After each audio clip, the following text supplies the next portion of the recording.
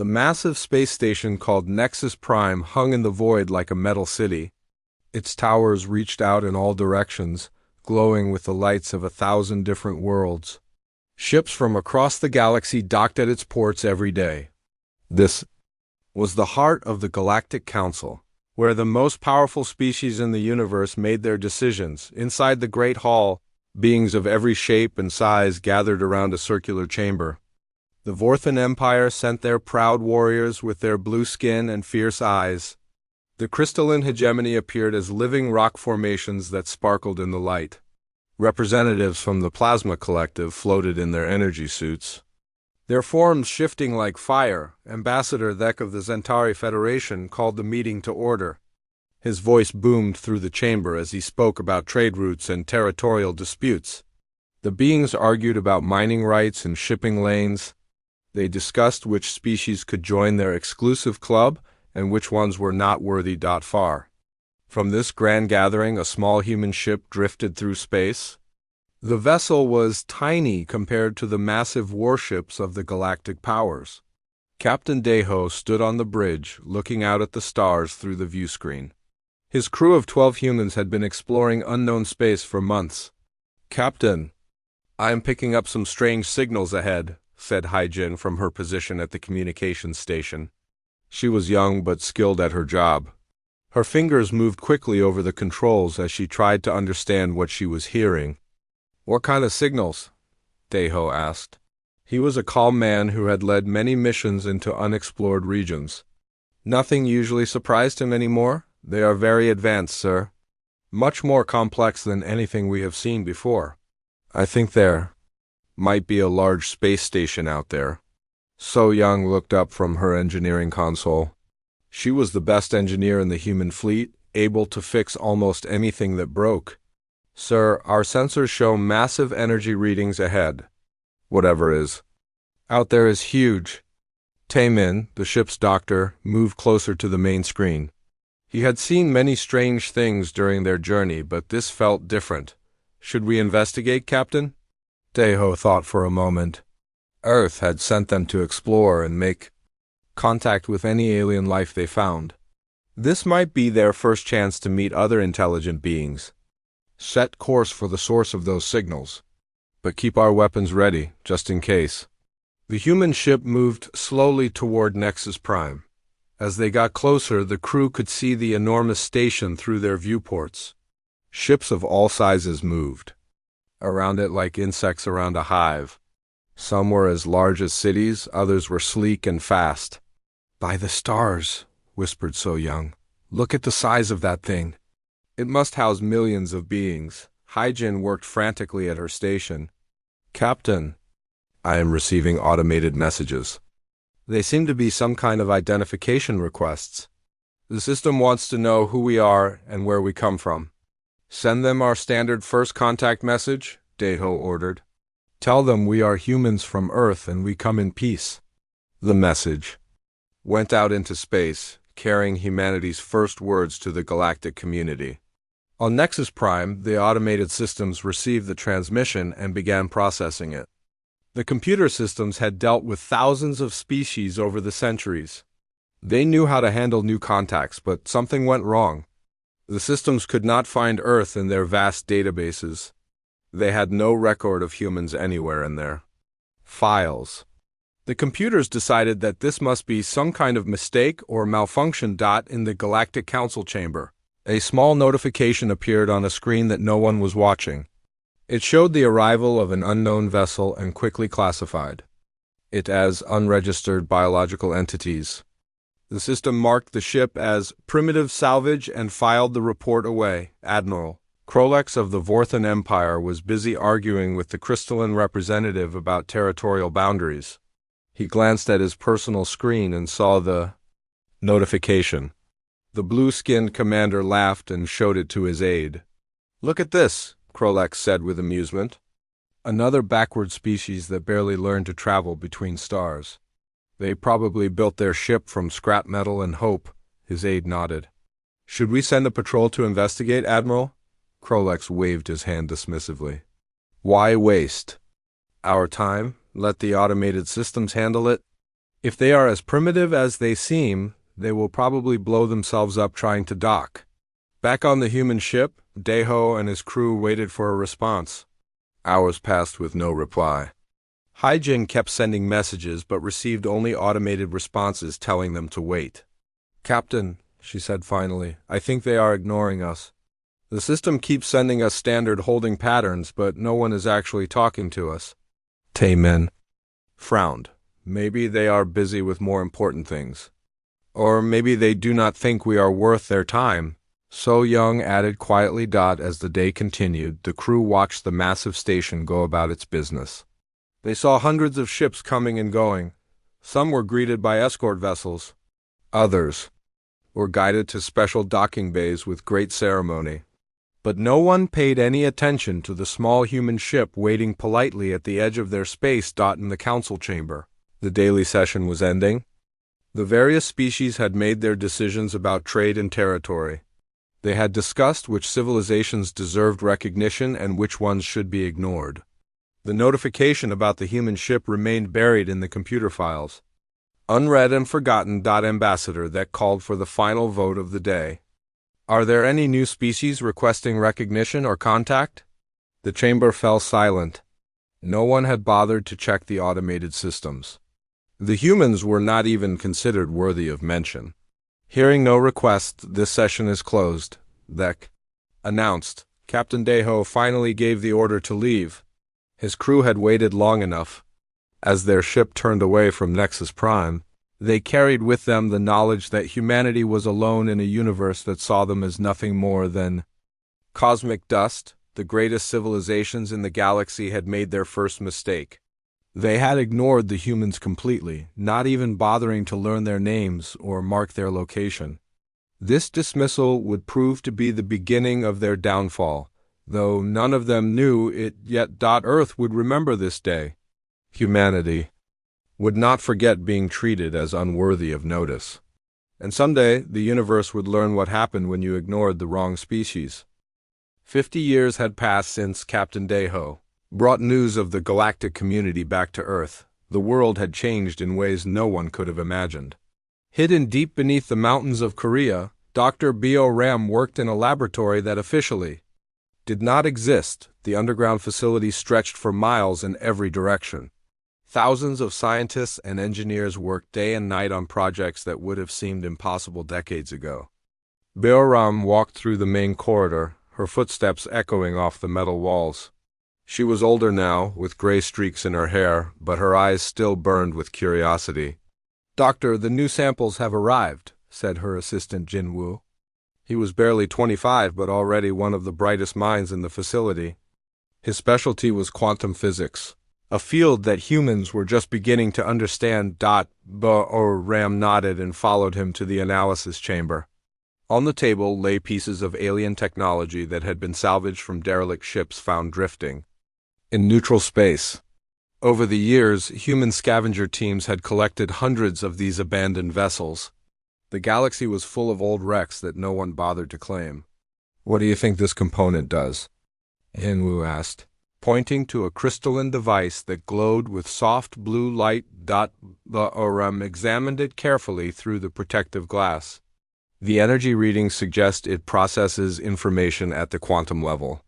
"But look at these neural pathway indicators." "I think it requires a living mind to operate it properly." Jinwoo frowned. "We have tried connecting it to every type of computer we have. Nothing works. The alien technology seems to need something we do not possess." But Oram had a different idea. She had been studying human brain patterns for years, looking for ways to interface with alien systems. Recent tests had shown something remarkable. Human neural networks operated differently from other known species. Where alien minds were specialized and focused, human brains were chaotic and adaptable. "Let me try something," she said, placing her hand on a neural interface device they had built. The machine was designed to read human thought patterns and translate them into commands that alien technology could understand. As soon as she made contact, the crystalline device began to pulse with bright light. Data flowed across the screens, faster than any computer could process. Jinwo watched in amazement as the alien system responded to human thoughts in ways it never had before. "Doctor, this is incredible," he whispered. "Your brain is processing quantum calculations at speeds that should be impossible. The device is amplifying your natural abilities." The Uram smiled. She had suspected this might happen. Human minds were not as advanced as alien computers, but they were far more flexible. Where alien technology was designed for efficiency, human brains were built for creativity and adaptation, far above them. In another secret facility, weapons specialist Yuna was working on her own breakthrough. She stood in a testing chamber, watching as her latest creation fired at a series of targets. The weapons she designed looked nothing like the massive energy cannons used by galactic powers. Instead of trying to match alien firepower, Yuna had focused on something different. Her weapons were smaller and faster. They could adapt to different situations and change their attack patterns based on what they encountered. Where alien weapons were designed to destroy everything in their path, human weapons were designed to think. "Target analysis complete," announced the computer. "Success rate, 98% against all known alien defensive systems." Yuna nodded with satisfaction. She had studied every piece of alien military technology they could find. The great galactic powers all fought the same way. They relied on massive ships with powerful shields and devastating weapons. Their tactics had not changed in thousands of years, but humans would fight differently. They would use speed instead of strength, cleverness instead of raw power. While the aliens built bigger and more powerful weapons, humans would build smarter ones. Across the galaxy, the established powers continued their eternal struggles. The Vorthan Empire launched another campaign against the crystalline hegemony. Thousands of massive warships clashed in epic battles that lit up entire star systems. The Plasma Collective fought border wars with the Zentari Federation. While smaller species chose sides or tried to stay neutral, none of them noticed the small human settlements that had begun appearing in forgotten corners of space. These colonies were built on worlds that the galactic powers had surveyed and rejected, desert planets with harsh climates, rocky moons with thin atmospheres, asteroid fields that were too dangerous to mine, but humans saw potential where others saw only problems. They built underground cities on airless worlds. They created atmospheric processors that turned poisonous gases into breathable air. Most importantly, they discovered that these worthless worlds were rich in quantum minerals that other species could not even detect. Commander Minho stood on the observation deck of Mining Station 7, looking out at the asteroid field that surrounded them. His engineers had been working for months to extract the rare quantum crystals hidden inside the floating rocks. These crystals were the key to human technology, allowing them to build devices that worked in harmony with human neural patterns. "Sir, we have detected another alien survey probe in the outer system," reported his communications officer. Min-Ho was not concerned. The probe would scan the asteroids, find nothing valuable by alien standards, and move on. The Vorthan Empire had sent dozens of these probes over the years. They always reached the same conclusion: the system contained nothing worth claiming. "Let it scan," Minho said calmly. "They will see only worthless rocks floating in space." But hidden inside those rocks was the foundation of humanity's future. The quantum minerals allowed human technology to interface directly with human consciousness.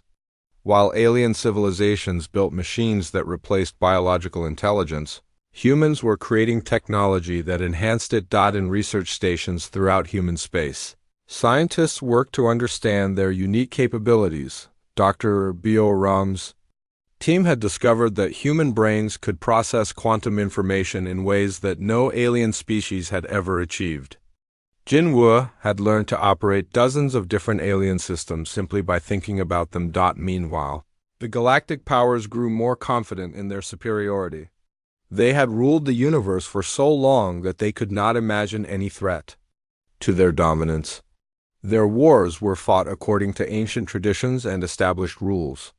Victory went to whoever had the biggest fleets and the most powerful weapons. Admiral Krolex of the Vorthan Empire reviewed reports from his border campaigns. His forces had won another decisive victory against the crystalline hegemony. The blue-skinned commander felt satisfied with his success. His empire controlled more star systems than ever before. He never bothered to read the reports about empty systems and worthless worlds on the frontier. Those regions held nothing of value and posed no threat to anyone. In his opinion, they were not even worth thinking about, but in those forgotten places, humanity was growing stronger every day. Commander Vrex of the Vorthan Empire was having a very boring day. His patrol fleet had spent weeks searching empty space for smugglers and rebels. The Kepler sector was supposed to be clear of any valuable targets. It was just another forgotten region full of dead rocks and useless gas clouds. His flagship, the Dominator, led a formation of 12 heavy cruisers through the asteroid fields. Each ship was massive, designed to overwhelm any enemy with superior firepower. The blue-skinned commander sat in his command chair, reading reports about more successful battles happening elsewhere in the Empire. "Sir, we are detecting some unusual activity ahead," said his sensor officer. The young Vorthan looked confused as he studied his instruments. "There appear to be mining operations in progress around the third planet." Vrex looked up from his reports with mild interest. Mining operations meant easy prey. Pirates and illegal miners were always good for target practice, and his crew needed the training. "What kind of ships are we dealing with?" "The signatures are strange, Commander. I do not recognize the design patterns. They appear to be smaller vessels, but there are many of them." Vrex smiled, showing his sharp teeth. Small ships meant weak opponents. His fleet could destroy 100 mining vessels without breaking formation. "Set intercept course. We will investigate these trespassers and then destroy them as an example to others." The Vorthan fleet moved deeper into the system, their massive engines leaving trails of energy behind them. They expected to find frightened miners, who would either surrender immediately or die quickly in a hopeless fight. Instead, they found Captain Min-ho waiting for them. Min-ho stood on the bridge of his command ship, watching the approaching Vorthan fleet on his tactical display. His vessel was only 1/10 the size of their flagship, but he was not worried. Around him, dozens of other human ships moved into position with smooth precision. "Captain, we have 12 enemy vessels approaching," reported his tactical officer, Sung Min. "They are broadcasting demands for our immediate surrender." Response from Admiral Sujin, Min-ho asked calmly. "She confirms the engagement is authorized, sir. All human colonies have been evacuated to safe distance." "You are free to proceed as planned?" Min-ho nodded. This would be humanity's first real test against galactic military forces. Everything they had learned and built over the past 50 years would be put to the ultimate trial. "Signal all ships. Execute Pattern 7. The human fleet suddenly scattered in all directions. Where the Vorthans expected a traditional battle line, they found empty space. The small human ships moved like a school of fish, breaking apart and reforming in patterns that made no tactical sense to their enemies. "Commander," Vrex watched in confusion as his targets disappeared from his formation scanners. "Where did they go? How can ships that small move so quickly?" His sensor officer was equally baffled. "Sir, they appear to be using some kind of advanced maneuvering system. Our targeting computers cannot lock onto them effectively." Vrex growled with frustration. "They are just small ships with fancy engines. Focus fire on the largest vessel and show them the power of the Empire." The Dominator's main guns charged up with deadly energy. The massive cannon could destroy a small city with a single shot. Vrex watched with satisfaction as the weapon prepared to fire at the human command ship. But when the blast erupted from his guns, it struck only empty space. Min-ho's ship had moved at the last possible second, sliding sideways with impossible grace. The energy beam passed harmlessly through the area where the human vessel had been just moments before. "Impossible," Vrex muttered. "No ship that small should be able to maneuver like that." Around his fleet, the human ships began their attack. Instead of trading shots with the massive Vorthan weapons, they swarmed around the larger vessels like angry insects. Their weapons were smaller but far more precise, targeting specific systems rather than trying to destroy entire ships. The first, Vorthen cruiser, lost its shield generators when 3 human ships attacked from different angles simultaneously. The second lost its main engines when a coordinated strike disabled its power systems. Within minutes, the mighty Vorthen fleet found itself outmaneuvered and outgunned by opponents they had expected to crush easily. "Sir, we are losing ships." "Faster than we can track them," reported Vrex's tactical officer. "These humans fight like nothing we have ever encountered before." Vrex could not believe what he was seeing. His powerful warships were being picked apart by tiny vessels that should not have posed any threat. Every time his guns targeted a human ship, it vanished from that position and appeared somewhere else. Their formation tactics made no sense according to standard military doctrine. "How are they coordinating their movements so perfectly?" he demanded. "They must be using some kind of advanced communication system." What Vrex did not understand was that the human ships were linked through quantum neural networks. The same technology that allowed Dr. Bioram to interface with alien devices also allowed human pilots to share thoughts and reactions in real time. Each ship was not fighting independently but as part of a single collective intelligence. Captain Minho felt the battle flow through his consciousness like a living thing. He could sense the position and status of every human vessel, anticipate their movements, and coordinate attacks with perfect timing. It was like conducting an orchestra where every musician could read his mind. "Target their command ship," he ordered, not through words but through direct neural connection. "Pattern 14, execute now." 20 human vessels converged on the Dominator from all directions. Their weapons fired in perfect synchronization, overwhelming the massive ship's defenses through sheer precision rather than raw power. The Vorthen flagship shields collapsed under the coordinated assault. "Commander." Vrex felt his ship shudder under multiple impacts. Systems failed throughout the vessel as the humans targeted every critical component with surgical accuracy. His weapons went offline, his engines died, his life support systems began to falter. "Sir, we need to retreat," his tactical officer said desperately. "We cannot fight these things effectively." But it was too late for retreat. The human ships had already surrounded the remaining Vorthen vessels. One by one, the proud warships of the Empire were disabled and destroyed. Their crews never had a chance to send distress signals or report what they had encountered. When the battle ended, no Vorthen ships remained. The human fleet regrouped around Captain Minho's command vessel, their hulls unmarked by enemy fire. They had achieved total victory without losing a single ship. "Cleanup operations complete, Captain," reported Sun Min. "No survivors detected. No escape pods launched." Minho nodded grimly. He took no pleasure in the destruction, but this had been necessary.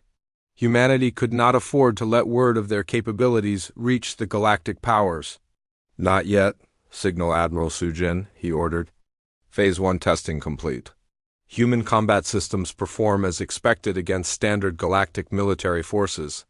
Far away on Nexus Prime, the automated systems of the Galactic Council recorded the loss of Commander Vrex's patrol fleet. The computers analyzed the available data and concluded that the ships had suffered catastrophic system failures while investigating an asteroid field. Equipment malfunction was listed as the official cause. Admiral Krolex barely glanced at the report when it reached his desk. Losing a patrol fleet was unfortunate but not uncommon. Space was dangerous, and even the mighty Vorthen Empire sometimes lost ships to accidents or natural disasters. He never suspected that his forces had encountered an enemy. In his mind, no power in the galaxy could threaten the established order, but in the criminal underworld, whispers began to spread. Smuggler captains spoke in hushed voices about ghost fleets that appeared from nowhere. Pirates told stories of entire battle groups that simply vanished without leaving wreckage behind. The galaxy was about to learn that they were no longer alone at the top of the food chain. Ambassador Colthera of the Zentari Federation stood before the great assembly of the Galactic Council with fear in her voice. The tall, elegant being had served in the diplomatic corps for over 2 centuries, but she had never delivered news. Like this before. Honorable members, she began, her voice echoing through the vast chamber. We face a crisis unlike anything in our recorded history. In the past 6 months, we have lost contact with 17 star systems across 3 different sectors. The assembled representatives shifted uneasily in their seats. The crystalline hegemony's delegate, a being made of living rock and metal, spoke first. System failures happen, Ambassador. Space is vast and dangerous. Equipment breaks down. Colthera shook her head. These were not equipment failures. The hegemony lost the entire Proxima mining complex overnight. 3 billion crystalline workers simply vanished. No distress signals, no wreckage, nothing.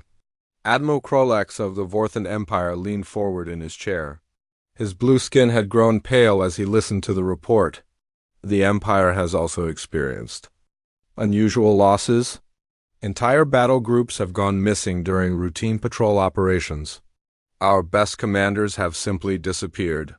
The Plasma Collective's representative flickered with nervous energy inside its containment suit. Our deep space refineries have been going dark one by one. Facilities that processed raw energy for thousands of years are now empty shells floating in space. Colthera activated a holographic display in the center of the chamber. It showed a map of known space with red markers indicating lost territories.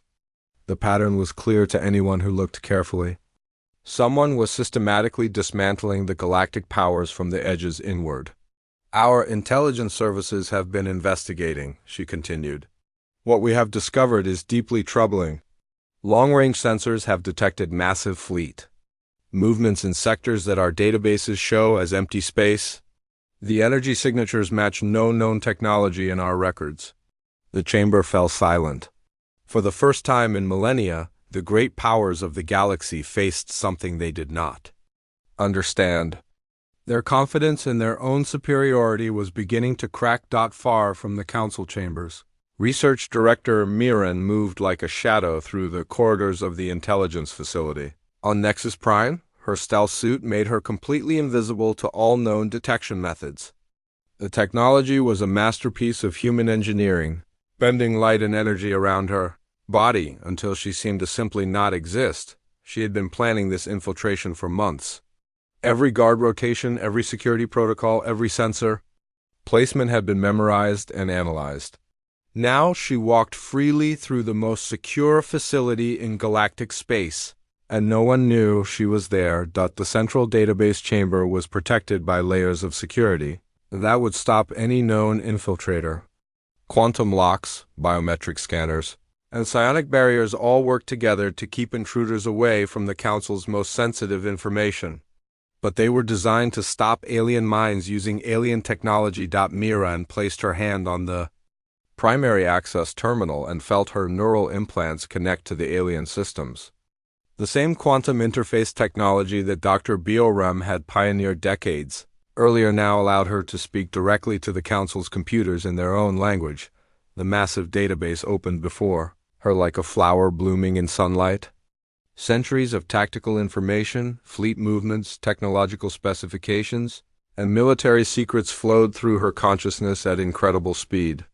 Her enhanced human brain processed terabytes of data in seconds, copying everything that might be useful, but she was not here just to steal information. Miran had a message to deliver. When she finished downloading the files she needed, she began typing on the terminal's keyboard. Her fingers moved quickly as she composed a simple statement in perfect galactic standard language. The message would be impossible to trace and impossible to ignore.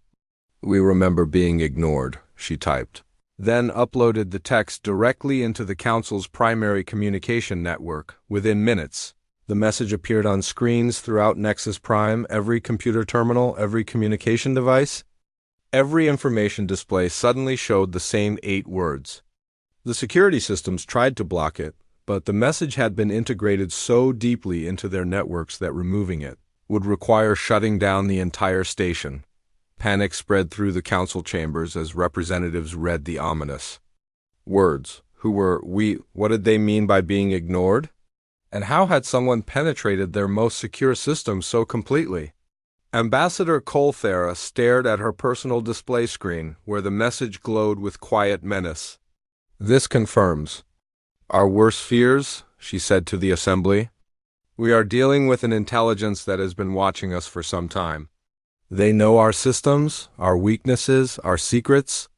Admiral Krolex stood up abruptly, his warrior instincts finally awakening to the threat. "We need to mobilize every fleet, every weapon, every resource we have. Whatever this enemy is, we must find them and destroy them before they can strike again." But even as he spoke, more reports were coming in from across the galaxy.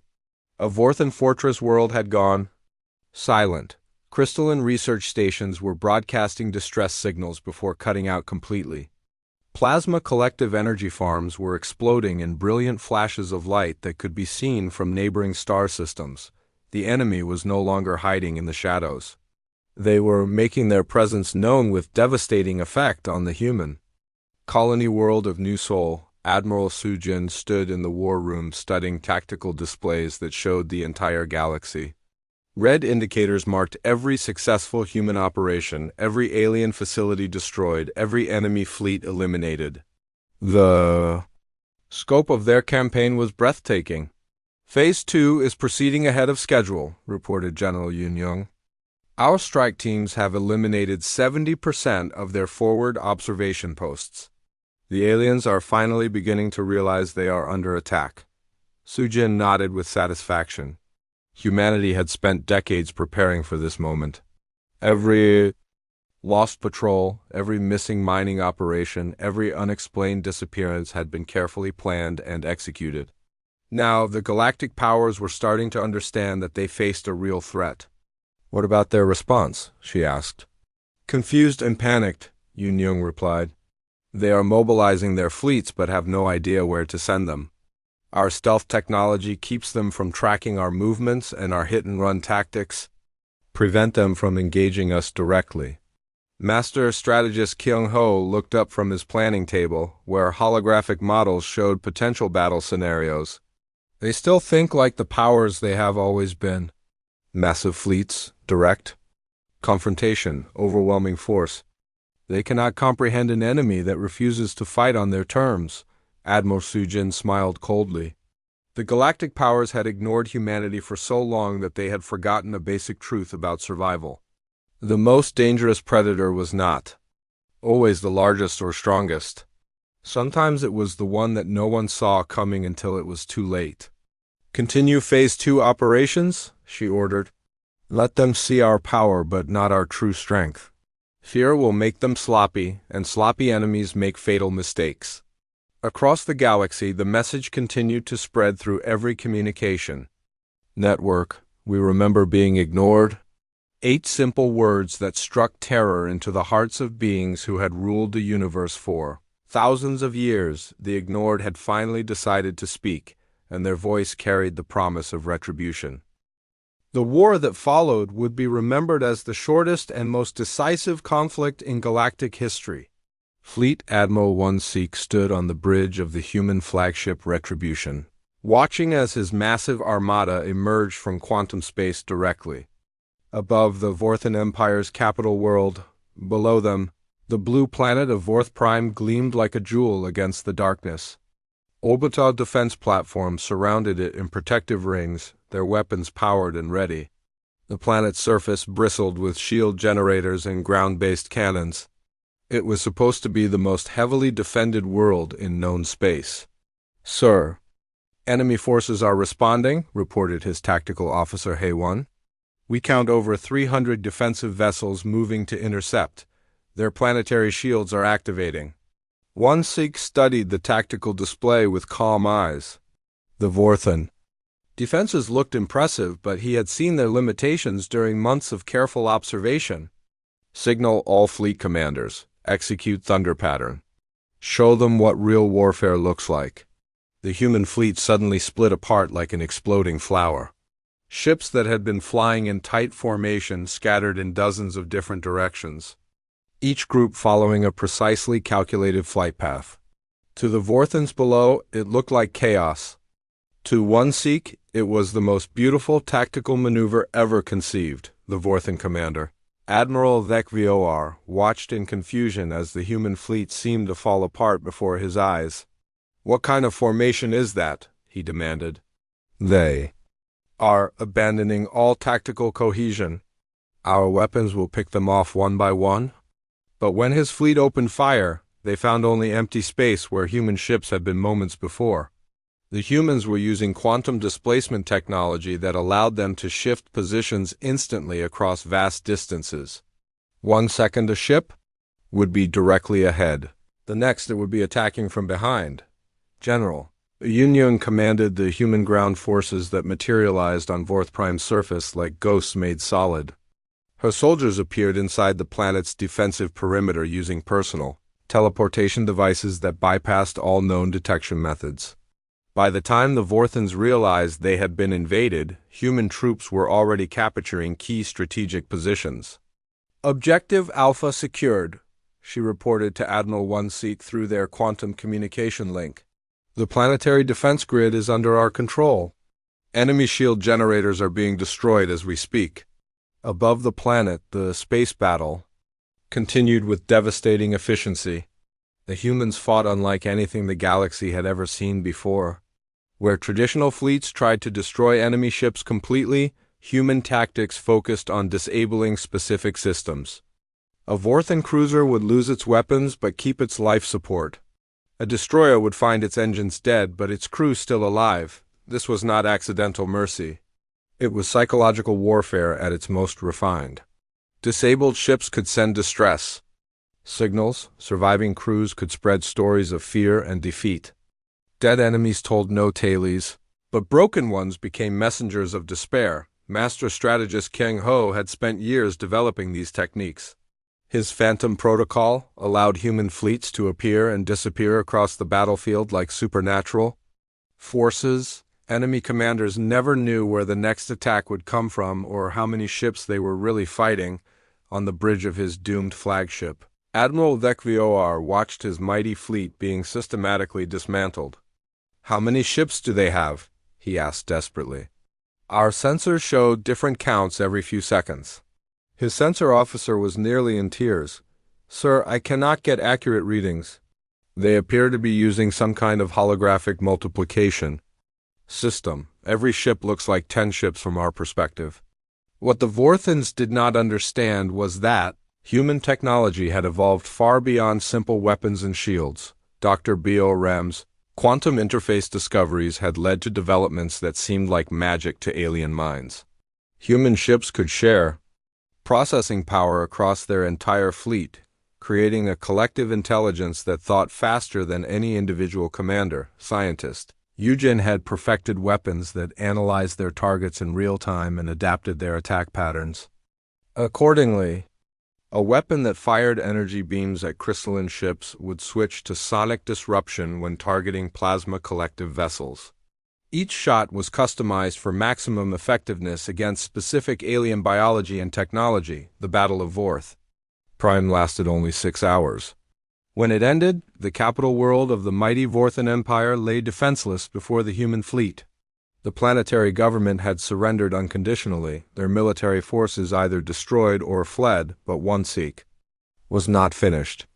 This was just the beginning of humanity's grand revelation. Across the galaxy, similar scenes played out on dozens of worlds simultaneously. The crystalline hegemony's fortress systems cracked like eggs under human assault.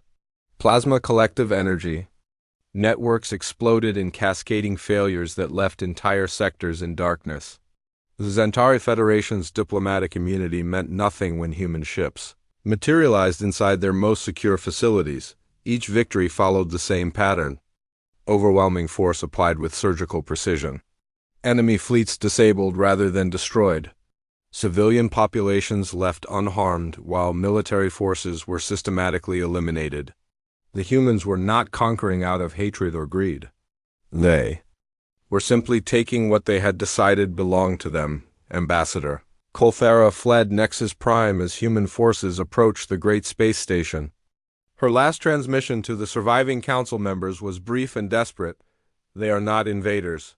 They are exterminators. Run while you still can," but there was nowhere to run.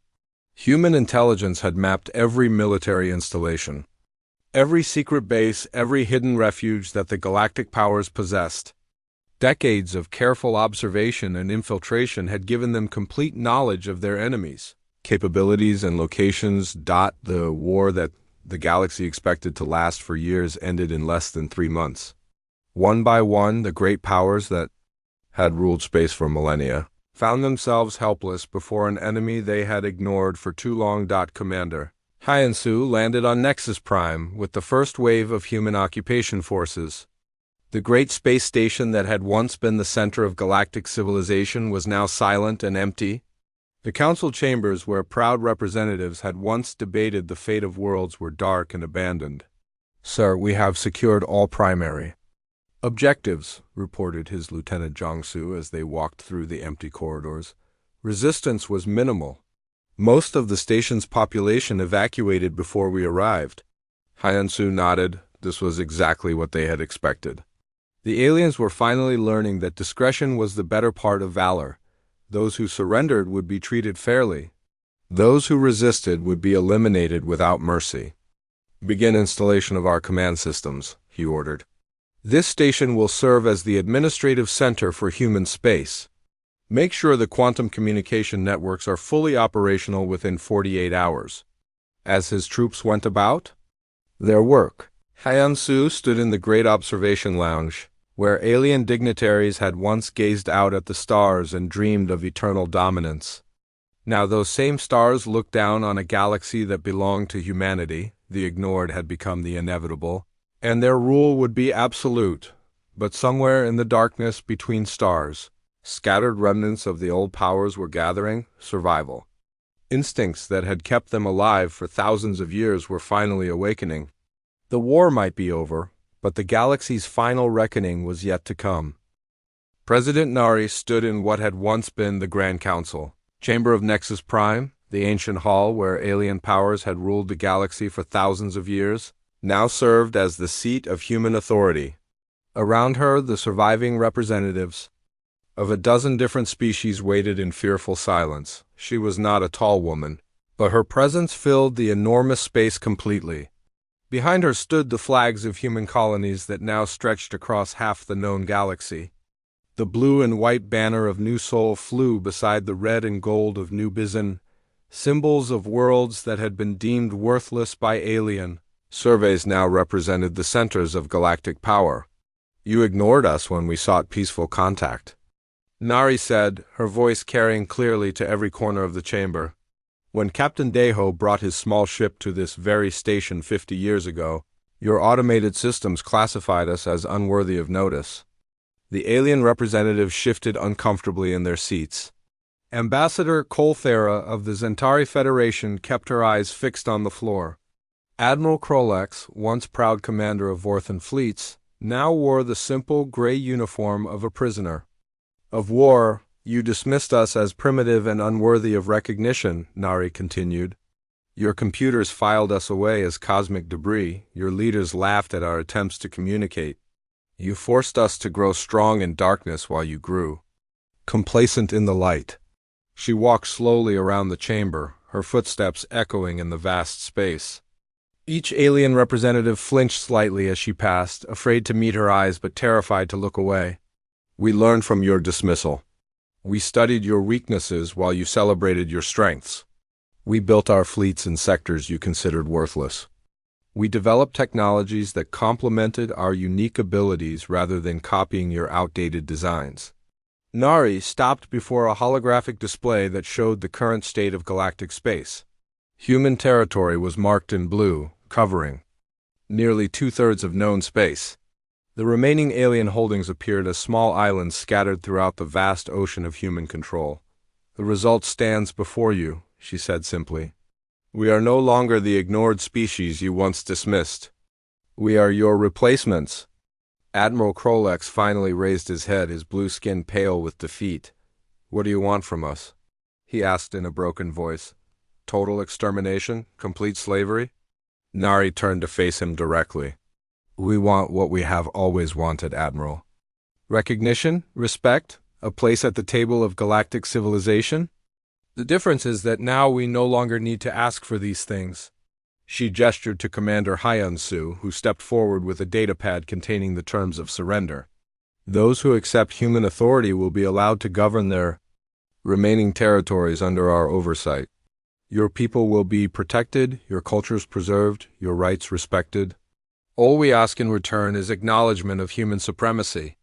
Ambassador Kothara looked up with desperate hope. And those who refuse? Nari's expression did not change, but the temperature in the room seemed to drop several degrees. There are no longer any who refuse, Ambassador. The choice has already been made by your actions over the past months. It was true. The brief war had shown every surviving alien power exactly what humanity was capable of achieving. Species that had once commanded star-spanning empires now controlled only the worlds that humans allowed them to keep. Their fleets were destroyed, their military installations occupied, their technological advantages negated. But Nari was not cruel. She understood that ruling through fear alone was a recipe for eternal rebellion. We do not seek to be tyrants, she explained. We seek to be leaders. Those who work with us will find us to be fair and generous partners. Those who work against us will discover why the galaxy now fears the mention of our name. Captain Junho entered the chamber and approached the presidential podium. He had just returned from the Outer Rim territories where human exploration fleets were pushing into previously unknown regions of space. His report would help determine humanity's next phase of expansion.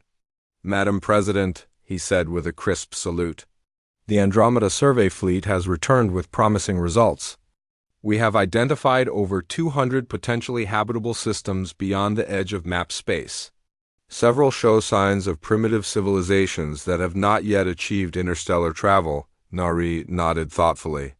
This was exactly what she had hoped to hear. What is your recommendation, Captain? Peaceful contact, ma'am. We can approach these new species as friends and partners rather than conquerors. They have no reason to fear us, and we have no reason to fear them. The alien representatives listened to this exchange with growing understanding. Humanity had learned from their own experience of being ignored and dismissed. They would not make the same mistake with newly discovered civilizations. Approved, Nari said. Begin preparations for formal first contact protocols. Make sure these new species understand that they are welcome in our galactic community. Ambassador Kothara found her voice at last. You speak of welcome and partnership now, but what about justice for what you have done to us? Nari turned to face her with eyes that held no malice, only certainty. Justice, Ambassador? We offered you partnership 50 years ago and were ignored. We sought recognition and were dismissed. We extended friendship and received contempt. The justice you speak of has already been delivered. She gestured toward the viewport that showed human ships patrolling the space around Nexus Prime. But we are not vindictive. The old galaxy is dead, and we are building something better in its place. You can be part of that future if you choose to embrace it. Over the following months, the new galactic order took shape with surprising efficiency. Human administrators worked alongside alien officials to establish fair governance in the occupied territories. Trade routes that had been disrupted by the war were restored under human protection. Worlds that had been battlefields began to rebuild with human assistance. Commander Hens oversaw the installation of human command posts throughout former alien space. These facilities served not just as military bases but as centers of learning and culture. Human scientists shared their discoveries with alien researchers. Human artists collaborated with alien creators to produce works that neither could have achieved alone. Dr. B.O. Ram, now elderly but still brilliant, established the Galactic Research Institute on Nexus Prime. The facility brought together the best minds from every species to work on projects that would benefit all civilizations. The quantum interface technology that had given humanity its advantage was freely shared with those who proved themselves trustworthy. Knowledge belongs to everyone, she explained to her mixed species research team. We humans succeeded because we learned to adapt and grow. Now we will help others do the same. The galaxy was changing in ways that no one had expected. Where the old powers had ruled through dominance and fear, humans governed through competence and cooperation. Species that had been enemies for millennia found themselves working together under human guidance, but humanity never forgot the lesson of their own experience. In the deepest archives of human space, carefully preserved records told the story of how Earth's first diplomatic mission had been ignored and dismissed. Future generations would read these accounts and remember why strength without wisdom was worthless, and why the greatest victories came to those who never gave up hope. President Nari stood once again in the council chamber, but this time she was not alone. Representatives from 30 different species filled the seats around her, their voices joining together in the complex harmonies of galactic democracy. The chamber that had once echoed with the arrogance of the powerful now rang with the measured discussions of equals. At the far end of the great hall, a simple plaque had been installed in place of the old council insignia. It bore 8 words in every language of known space. We remember being ignored, we choose to include. The universe had learned its lesson, and humanity would make sure it was never forgotten.